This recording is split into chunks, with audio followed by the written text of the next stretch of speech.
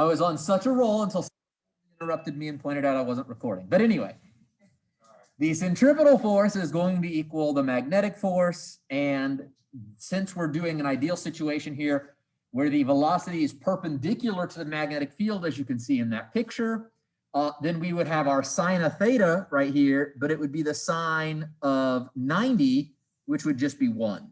So we'll take that off. So anytime they ask you to do the maximum of something like that, you're basically finding where that sine, or if it's a cosine, is maximized, which is to being 1. And so it's QVB equals mv squared over r. We can cancel out a v and we can divide by q, and you get this result right there. Or solve it for r then, sorry. Divide by qb, multiply both sides by r. R is mv over the magnitude of qb. That is not an equation I would memorize.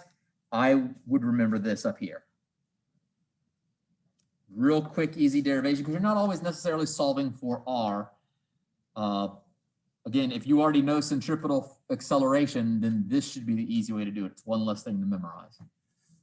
Just put them together, okay? Circular motion, so mv squared over r equals qbb. Any questions on that? There is a question that goes along with this that is in the example problems.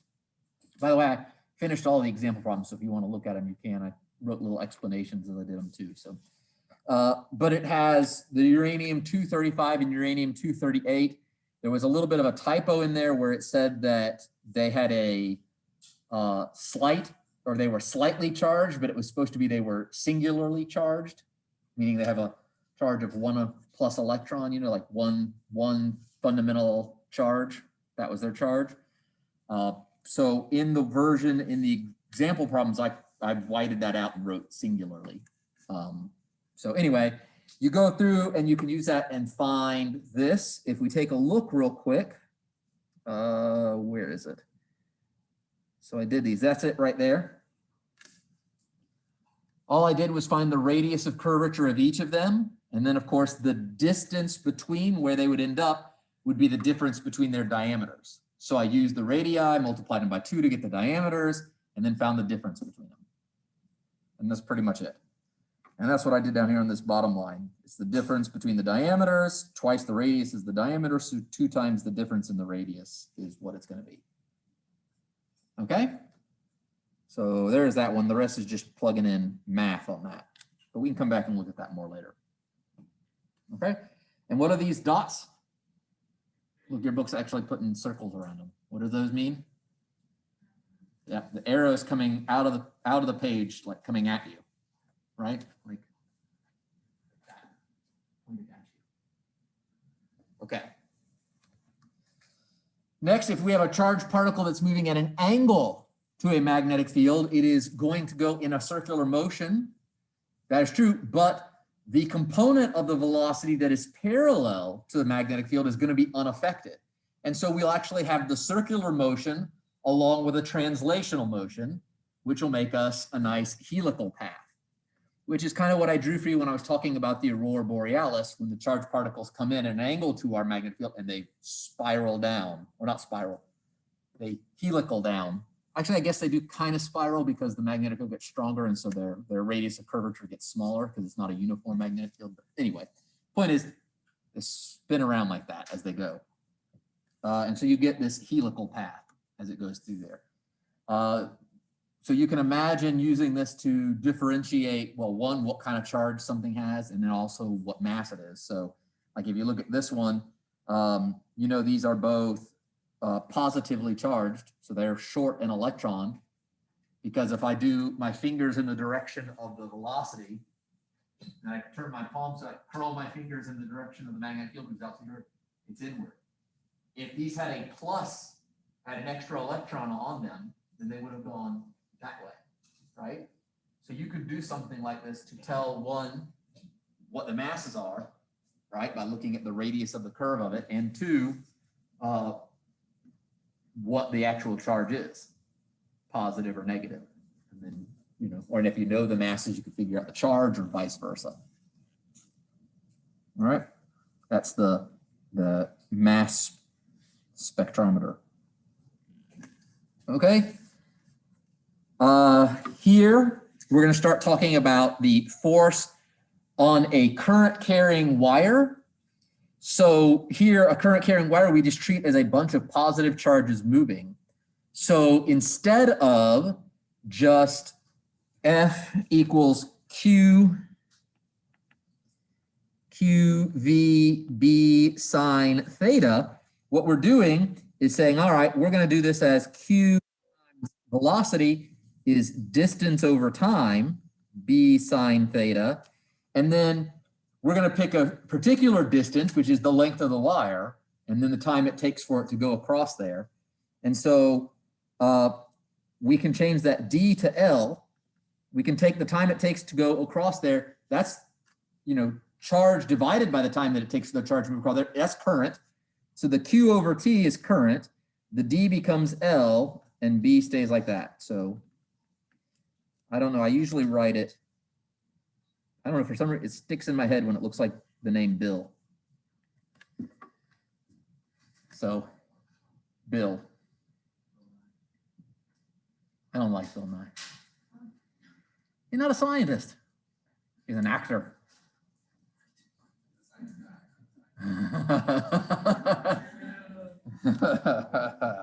Yeah. All right. So any questions on that one? B times AI times the length of the wire in the magnetic field times the sine of the angle between the direction of current and the magnetic field. This is just a bunch of charges moving all at once in a magnetic field, and it will create a force on that wire. No? Okay.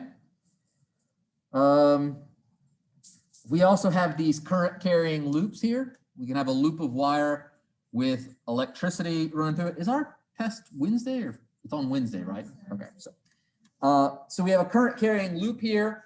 You can see that this, if we have electricity running through it, we're going to have forces acting on different parts of this wire. If you look at the ends, this end and this end, the current going along there is not going to create any kind of a force because those charges are moving parallel to the magnetic field. So up here and down there, we get no force on them. However, if you look on the right-hand side, we have current going down. So if you point your fingers in the direction of those charges moving down, and then you turn your hand, right? So down, turn your hand so that your fingers curl in the direction of the magnetic field. That would be a force pointed out toward you. If you look at the other one, the current would be going up. You turn your hand this way, curl your fingers in that direction, and it would be going in. So on one side, we have a force pointing out. On the other side, we have a force pointing in. All right? So what's that going to cause this thing to do? If I take this and I push on this side and pull on this side, what's it going to cause it to do? Rotate. So it creates a torque on it. It's going to make it start turn. This is the basics of an electric motor right here. You run electricity through a coil and you get it to spin near a magnetic field. It's a little more complicated than that because once it goes halfway and they start to flip, then the forces flip and it'll try to push it back. And so if you had this and you turned it on, it would turn halfway and kind of wiggle and then stop like that. So you actually have to swap the electric field, the current direction. Either turn it off and let its momentum carry it past before you turn it back on, or swap the direction of the current so that it doesn't just do that and it just keeps going and spinning. So anyway, we're going to end up with a force on each of those two ends, and we get this kind of a torque. If we look here, we have our total thing here. It's going to be B times H times L. Well, L here is the height, right? That's L. So this is B-I-L. It's just L becomes H. And then torque is force crossed with your lever arm. So, or F times your lever arm times the sine of the angle, right? F, you remember that? Torque is FL sine theta. It's a cross product. It multiplies the force times the lever arm that is perpendicular to it, right? That's why we put our door handles on the opposite side of the hinges. because the further you are away from the pivot point, the more torque you get, the easier it is to turn. And if you don't believe me, on your way out, try and push the door open from the right-hand side versus the left-hand side where the knob is. It's a lot easier to push it where the knob is on the left-hand side. So all those hobbits in Lord of the Rings, they had it wrong. They had their little doorknobs in the center of the doors. And that's not as good. You want them on the outer edge. Makes it easier to open. Okay? So that becomes BIL. And then this length here, this length for torque is going to be half of the width. I've kind of crossed this all out. It's going to be half of the width. So it's this part right there. Or maybe just this part right here. It's half of the width, W over 2. So this is BIL times L, and we're assuming it's at right angles, so the sine of theta is 1. And L is W over 2. And so you notice we end up with that twice. IHB times W over 2 plus IHB times W over 2. That's just IHB times W, right? W over 2 and W over 2. So they give you that. And then since H times W is the area, we can just put that one down, IAB. Now you can either refigure that out every time you want to do this, or that is something you may want to write on your note card. IAB. Torque is the current times the area of the loop times the magnetic field strength. Now, if our angle is not exactly 90, we have to include the sine of theta. So now torque is IAB sine theta. And we can take it one more step where instead of just making a single loop, what if I made a whole bunch of loops? Well, then I'd be adding up all the torque on each one of the individual loops, right? If I have one loop, it's the IAB sine theta. If I have two loops, it's IAB sine theta plus IAB sine theta. That's 2 IAB sine theta. If there's 3 loops, it's 3 IAB sine theta. So we can go ahead and add on to there is make lots of loops. In IAB sine theta. This is probably actually the one you want to write down. And that's your torque. It has a Newton meter as a unit. Torque is a vector-ish. It's a vector, kinda. If you ever take me in a math class, I'll explain to you how it's not exactly a vector, but it's really, really close. So we can just call it a vector. So we'll call it a vector. If you should look it up, it's actually a pseudo vector. But anyway, we treat it like a vector. It has the units of Newton meters. And as we all know, a Newton meter is a what?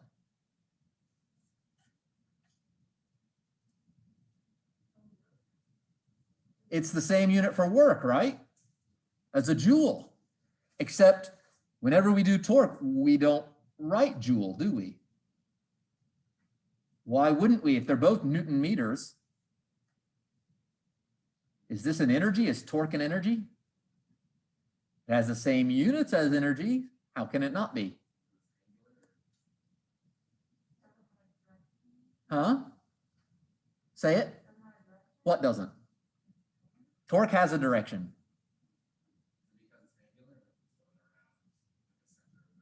No, we have rotational work and rotational energy. Why is it? Somebody was close there. Yeah. Huh? It can, I guess.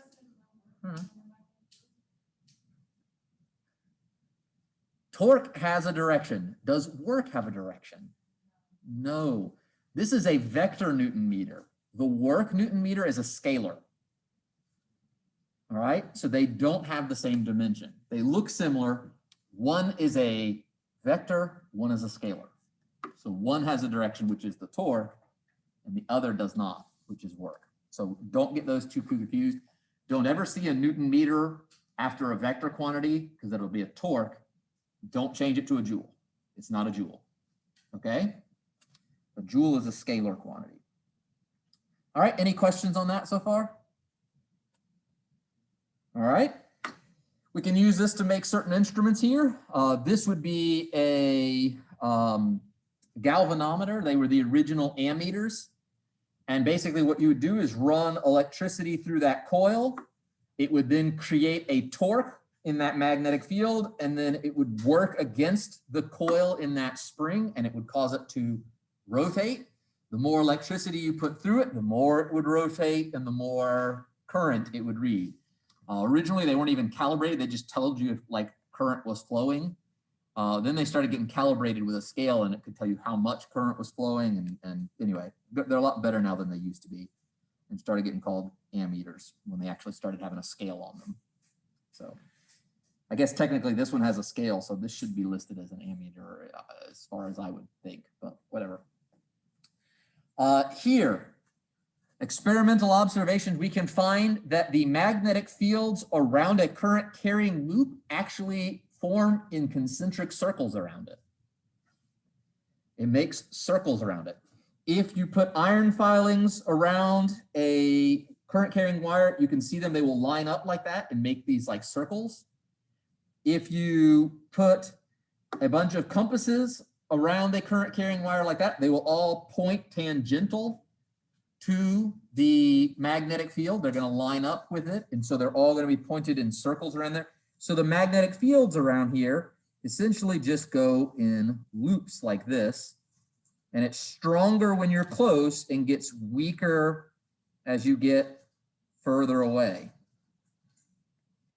It's like that all the way up. It's like wire magnetic fields. They're like going around it, and it's all the way up it, you know? It's not just in one little plane. It's everywhere around it going in loops. Okay? Does that make sense? Now, that's what happens there. So how do we figure out what direction it goes in? That's our second right-hand rule. This right-hand rule is point your thumb in the direction of the current, and your fingers will wrap in the direction that the magnetic field wraps around it. Okay? So as you see here on this one, if we were looking at this wire, we would have a magnetic field coming toward us on the left-hand side. It's the same way, yeah? Yeah, on the left-hand side. And then on the right-hand side, my fingers go and point away. So on the right-hand side, it would be going in. On the side closest to you, the magnetic field would be pointed to the right. On the back side, the magnetic field would be pointed to the left. And it would be going around in a loop like that. Okay? That one always seems to take a little practice to realize it's different on different sides. Okay? But you thumb in the direction of current, fingers wrap the direction the magnetic field is wrapping around it. What do you mean?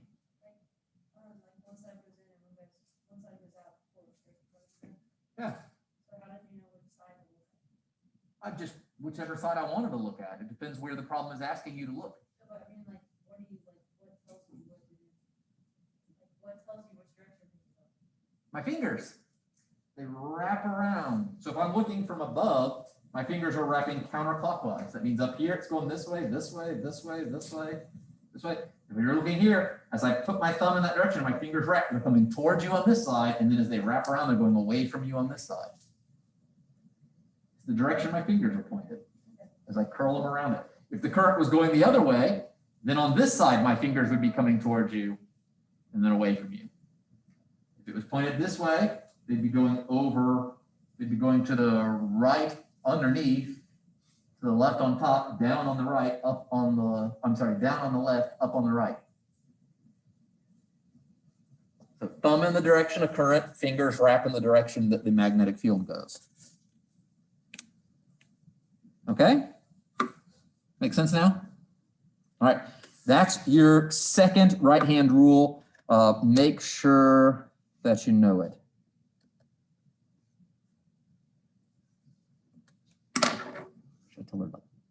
Big problem.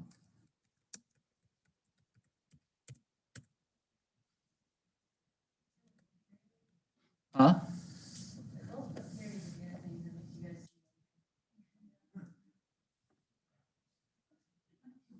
Sorry, we use punctuation. What horrible, horrible us.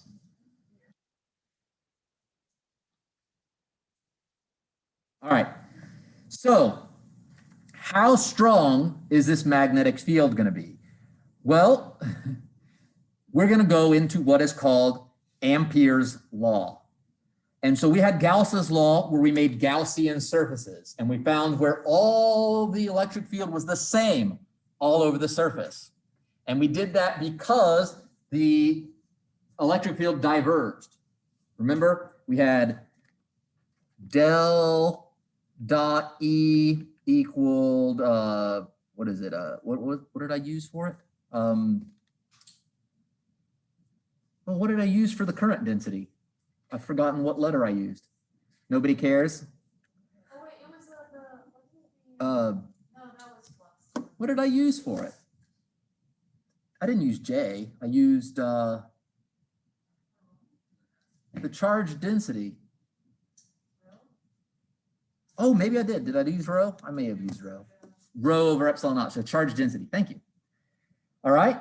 Well, in magnetic fields, like I said, the divergence is 0. So we can't use that to do something like that.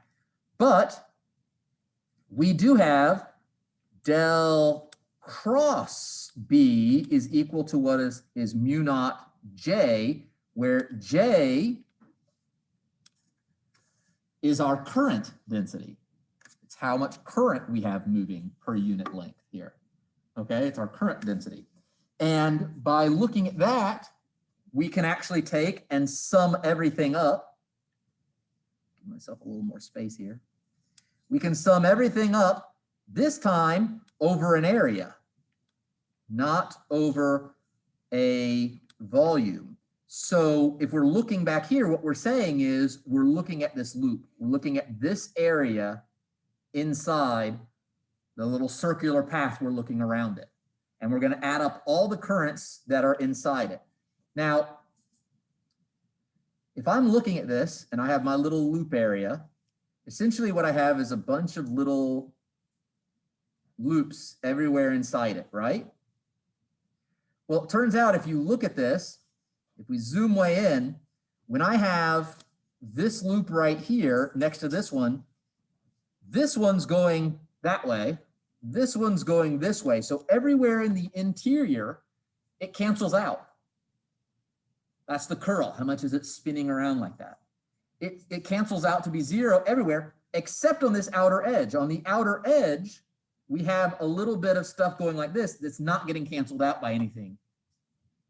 And so we can stop, instead of saying summing up all the little curls in the whole area, we can change that and say everything inside the area cancels out, and all we're interested in is the little bits of turns that are on the perimeter. So we just have to sum up the magnetic field on the perimeter.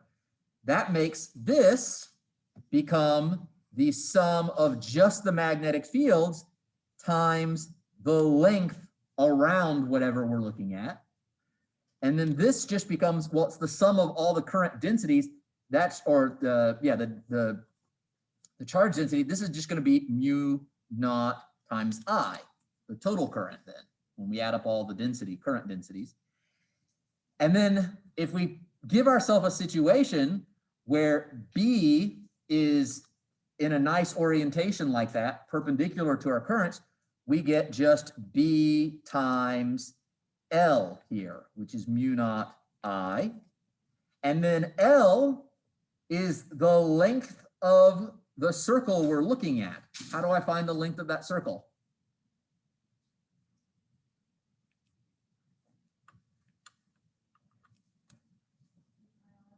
Two pi r, where r is our distance from the wire.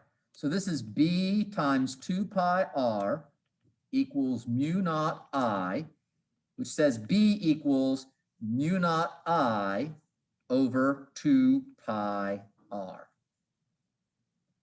And that's our Amperian loop around a current carrying wire. You go a certain distance r away, and it equals mu naught I over 2 pi r. Mu is the permeability of free space, and I will show it to you in another page. Right now, it's just a constant. Epsilon is the permeativity of free space. Permeability. Permeativity, epsilon. Permeability, mu. both of free space. Okay, so that's what we're going to end up getting here, and that's it derived purely from our fundamental Maxwell equation for electromagnetism. Do you need to remember that whole derivation there? No. What do you need? The part in the box there. Actually, I really think this is probably the spot where I would want to remember it. And I'll show you why in a minute, because we can actually encounter some other situations where we can do this as well. All right, so that's the part that I would probably most want to learn how to work from, starting from there. Well, no, I guess if I didn't know vector calculus, that's where I'd want to start from. If you do know vector calculus, you probably want to start from there, because that's actually a fundamental theorem of vector calculus. But nobody in here has had calculus 3 with me, so I guess unless somebody took it elsewhere, everybody can forget that part. All right, so if you come over here, they have it for you. There's mu naught, a nice version of it with pi in it, 4 pi times 10 to the negative 7th Tesla meters per amp. That is the value of mu naught. Anybody try plugging that in to that little thing I told you real quick at the end? Last class?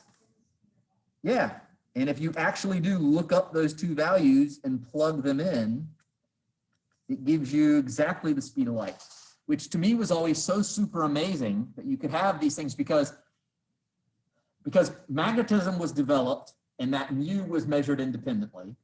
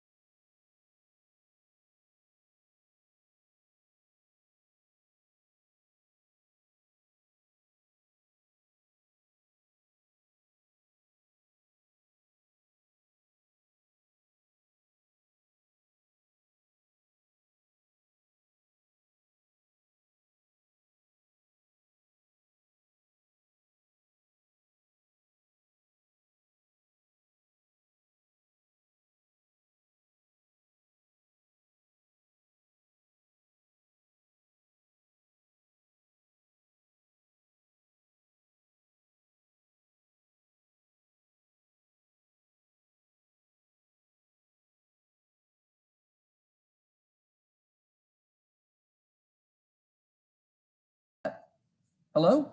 Have I been muted this whole time? No, it just started. Oh, it muted me? Yes, you were muted. Oh. I was so confused. Oh, I thought y'all were just telling me that it was all broken. How did I mute it? It just muted itself? Okay, sorry about that.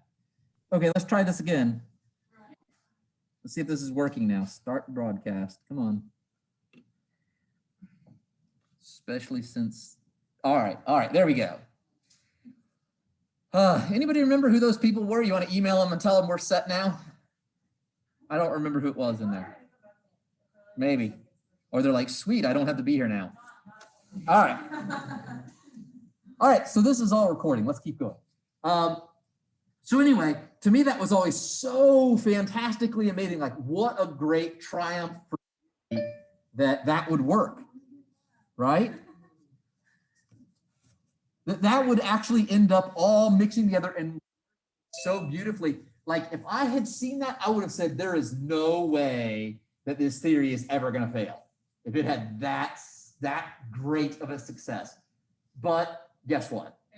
It does fail in other places. This is classical electromagnetism, electrodynamics, and it does fail when we start like measuring like the predicted radius of an electron. It doesn't get right. as far as we can tell, the radius of an electron is smaller than we can even measure, and we can measure down to the size that the predicted electron radius would be here, and we just know it's smaller. So it seems to get that wrong, and a few other little places, but it's one of the great failings is that. And so, you know, I don't know what to say. Sometimes you can have something that works so seemingly so perfectly, and yet still isn't going to quite help us everywhere. So you have to be kind of careful of that. So anyway, this is our Ampere's law. And if we come over here with our mu naught, there's the whole thing. B equals mu naught I over 2 pi r, which was just the B times L over equals mu naught I. All right. And so we make a closed path that goes around the current that has current going through it. And that's what you get. Sum up all the currents that are inside that area. And that's I, and then the length of your loop, as long as you have that kind of a symmetry. Okay, so that's the Amperian law. Here you can see current carrying wires experience a force and a magnetic field, and a magnetic field is created by a current carrying wire. Therefore, there is a force between current carrying wires. Okay. So if you look at this, you can go through and calculate it too. But if we have two currents going in the same direction through two wires that are near each other, they will actually attract to each other. Because if you think about it, this current over here produces this magnetic field over here, right? You point your thumb in the direction of the current to the right, and then on the below it down here, it's going into the screen here, right? Below it, this is the current it's going into. If we look at this one, it's going to create, the lower one, I2, is going to create a magnetic field up at I1 that's coming out of the screen. Thumb in the direction of the current, and it wraps in on underneath, but out above. And so we're above it, so it creates a magnetic field pointed out. So the current I2 is inside the electric, or inside the magnetic field created by I1. And so the magnetic field created by I1 acts on I2. Point your finger in the direction of, your fingers in the direction of the current is moving. Curl your fingers in the direction of the magnetic field, which is in the board, and you see we get an upward force here. So the magnetic field from I1 is going to pull I2 upward. And if you go the other way with the other one, you point your fingers in the direction, and then you curl your fingers in the direction of the magnetic field from it. The magnetic field from I2 acting on I1 is out of the board. It's going to pull it down. And so they're going to attract to each other. All right, and you run electricity to them, and they attract. Conversely, if we have currents going in the opposite direction, they will actually repel. And you can see the magnetic field. So, yep, this is the magnetic field produced by current 1. That's the magnetic field produced by current 2. And so you do V cross V, and that's a downward force. Up here, you do V cross V, and it's an upward force. They actually will repel. Okay? So you can figure out even, you know, what the actual force is between them two, which is worked out right up there for you. Okay? Here, what if our current is now going in a loop? So instead of just going in a straight line, we make the current go in a loop. Okay? And what you can see here in this picture, and actually maybe I'll draw my own little picture here. Let's say we have current going in a loop like this. If I'm looking at the top of the loop, my current is going this way. If I do my right-hand rule, okay, I have current going that way, right? You point your thumb in the direction of that current, and then my fingers are going to wrap this way. Above the loop, they're wrapping into the board. Inside the loop, they're coming out back towards you. So I would get a magnetic field into the board and out of the board like that.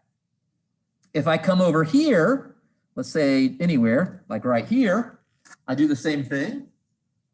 Thumb pointed that way, that's the direction the current is going. It's into, outside of the loop, and out towards you, inside of the loop. So we'd get a magnetic field coming out and in like that. And you can do that the same way, the whole way around, everywhere you do that. It's going to be in, or it's going to be coming out of the board towards you inside the loop, like that. And you're going to get this. It's going to happen at every single point. And what you end up happening, if we make it more like a little angle, like say this is our loop like this, and the current's going in this direction, okay? What you end up with is you end up with magnetic fields that are making little loops like that. And they're making little loops around, okay? The whole way going up and around.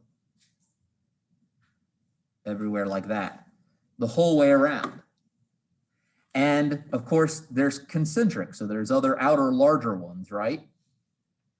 And so when you do this, you start to, in the center, you start to get something that looks like this, like you see in this picture. What does that kind of look like?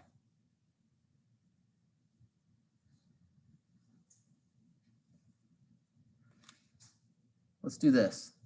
Let's look at our wire straight on from the side. If we look at it straight on from the side, we're going to have magnetic field lines doing this, correct?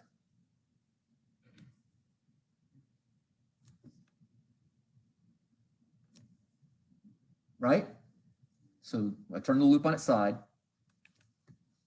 If I put a little bar magnet here, what do the magnetic fields look like?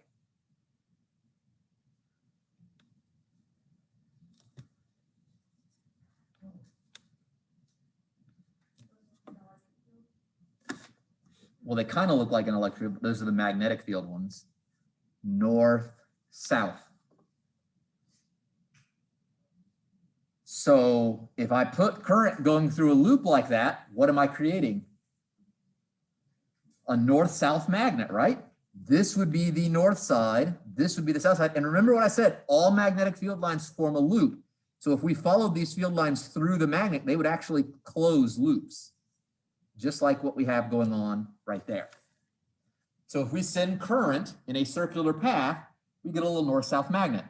Remember how I said even the orbits of the electrons create little north-south magnets? Because you can think of it as, here's our nucleus, here's the electron going around it, right? And as it goes around it, it's making like a little loop of current, which creates a little north-south magnet. And the same thing to the electron itself. If you imagine the electron is like a little sphere, as it spins with that internal angular motion, the charge on it is moving around in a little circle, and it creates a little north-south magnet. So you see how there is no way to get a north without a south. Because any loop, any kind of circular motion of a magnetic field line that would create a north-south magnet, it has a top and a bottom. You can't just have a top, right? Okay? If you slice it in half, you have a two nuke, you have a top and a bottom and another top and a bottom, and you still have it. So it still works all the way down to that. Okay? And the magnetic field in the center of the loop is going to be this, where N is the number of loops, mu naught I over 2 times the radius of it. So that's the magnetic field in the center of the loop. That's a good one to remember right there. And in fact, what we can do is take this a little further and make this into a solenoid. Make a bunch of loops, right? Bunch of loops, that's our number of turns there. And we make a solenoid and we can figure out the magnetic field strength inside that solenoid, just like that. And that very much so looks like a north-south magnet, right? Doesn't it? Or like a planet. That was a great circle, huh? All right. But yeah, this would be north, this would be the south side. Okay? All right. Excuse me. Here, this is Ampere's law for a solenoid. So when we look at this solenoid here, what we do is we're saying that if this is an infinitely long solenoid, the magnetic field on the outside is basically zero, right? If you look at this picture, really strong field lines all in here, nothing really here, right? And the longer it is, the weaker it is there on the side of the magnet. It's the ends of the magnet that are strong and inside the magnet itself. So we come back over here and we have our B times our length is mu naught I, and we'll call that I total. Now, if we're looking at this whole loop, our total current is going to be our total current times the number of little loops that are carrying that current, right? So if this is carrying 1 amp and 1 amp and 1 amp and 1 amp, you see what I'm saying? It'll be whatever this is, 10 amps total. It's going to be the number of turns times the amount of current going through each turn, right? And so over here, this part becomes mu naught times N times I, total number of turns times I. And then we can just say B equals mu naught N I over the length of the wire in the magnetic field. A lot of times you are just given mu naught and then the turns per unit length for the wire, for the solenoid, not the actual length of the solenoid, but the, how many turns per centimeter or per meter or whatever it is, right? And so that'll become mu naught N times I. So again, you can write these down and remember them, or you can start from this thing, which is where I would prefer to start, but that's just me because I like deriving stuff out. I feel a lot better about my answers when I do. Okay, that way I know what I derived fits the situation I'm looking at. Any questions on that part? All right. Here, this is stuff I already talked about. Matter with the electrons going in orbits and the electrons themselves, they create their own little magnetic fields. If you have matter that tends to have like more up electrons than down electrons, then you end up with something that actually has some magnetic moment to it for the atom. And these little magnetic moments can form up into little groups called domains inside a material. And now normally these domains are very randomly oriented. And so you have no net total, these are microscopic domains. You have no net total magnetic field in the material.